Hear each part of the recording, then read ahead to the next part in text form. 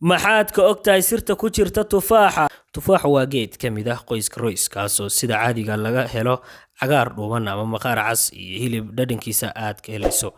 Tufaaxa waxaa ku jira fiber dhan 4.4 gram. Faa'iidooyinka caafimaad oo tufaaxu u leeyahay waxaa ka mid ah tufaaxu wuxuu hoos u dhigaa cudurrada ku dhaca wadnaha. Sidoo kale 52% wuxuu daawo u yahay tufaaxu cudurka stroke-ga, wuxuu yareeyaa dhiig karka. Tufaaxu wuxuu fasiri karaa in jirkaaga helo difaac xooggan, oo waxa uu dhisaa inuu ka hortago cudurrada soo weeraraya unugyada jirkeenna. Sidoo kale tufaaxu wuxuu ka hortagaa cudurrada macaanka, waxaana ku badan tufaaxa fiber-ka, taasoo keenaysa inuu yareeyo maadada insulinta. Sidoo kale tufaaxu wuxuu ka hortagaa cudurka kansarka, siiba kan ku dhaca kansarka naasaha, kansarka afka, kansarka hunguriga, kansarka mindhicirrada. Intaasba daawo ayuu u yahay.